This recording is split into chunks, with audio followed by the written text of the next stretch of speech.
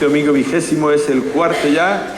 Estamos durante todo el mes de agosto que escuchamos parte del discurso del pan de vida, el capítulo 6 de San Juan, que lo terminaremos todavía el próximo domingo y que de alguna manera en estos domingos nos está centrando en prácticamente lo que hoy quiere resaltar el Señor, el mensaje central de todo este discurso, el alimento eucarístico. Por eso el discurso del pan de vida nos hace pasar del hambre material, de saciar nuestra hambre cuando escuchamos el relato de la multiplicación de los panes y los peces, a sentir hambre de Dios para darnos cuenta que es el Señor el que nos da ese verdadero pan del cielo. Venía precedido todo esto hoy de la lectura de un fragmento del libro de los Proverbios que nos recordaba precisamente cómo hemos de pedir para nuestra vida la sabiduría que viene de Dios y que se ha construido su casa. Nos dice, ha preparado el banquete. Es el anticipo de este banquete eucarístico, ha mezclado el vino y puesto la mesa. Y al final, ¿qué nos dice? Que nosotros vengamos a comer el pan y a beber el vino que he mezclado. Dejad la inexperiencia, nos dice, y seguid el camino de la prudencia.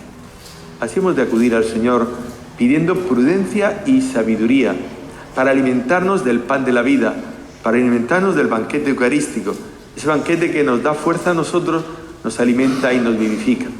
Por eso a veces podemos decir, yo voy a misa por cumplir simplemente, por justificarme, por quedar bien ante el Señor, o quizá porque no me riñan los mayores, los más jóvenes o pequeños.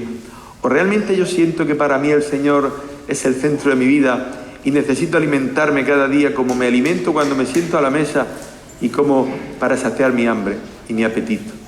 El Señor es el verdadero pan del cielo y Él es el que nos da fuerza en nuestro camino. Por eso el viático lo que llamamos es el alimento que nos da la fuerza para el paso a la vida eterna. Y si el Señor nos sacia nuestra hambre y nuestra sed, ya no tendremos más sed. Así nos lo dice el Señor. Mi carne es verdadera comida y mi sangre es verdadera bebida.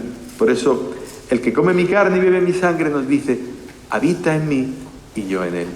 Esa es la misma fuerza que recibieron los santos cuando se alimentaron de la Eucaristía y los que les daban la fuerza para mostrar desde la fe ser testigos del Señor, de Cristo resucitado.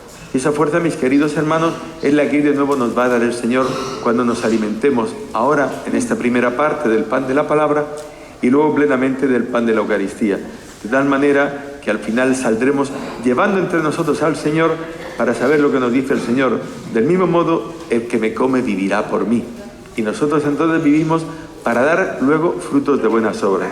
Esos frutos que nos decía hoy Pablo y nos recordaba en la carta a los cristianos de Éfeso. ¿Cómo vivimos? ¿Cómo en nuestra vida? Nos decía, fijaos bien cómo andáis.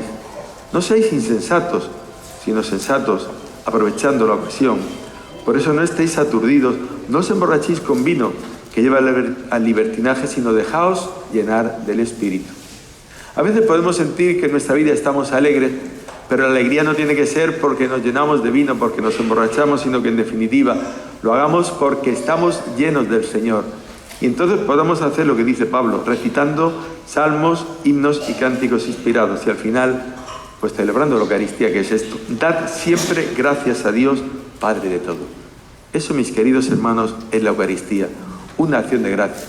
Por eso venimos aquí para dar gracias al Señor, porque Él de nuevo da su vida por amor a nosotros, pero porque quiere que hagamos nosotros lo mismo que Él hizo, dar su vida en una entrega generosa por amor a los hermanos.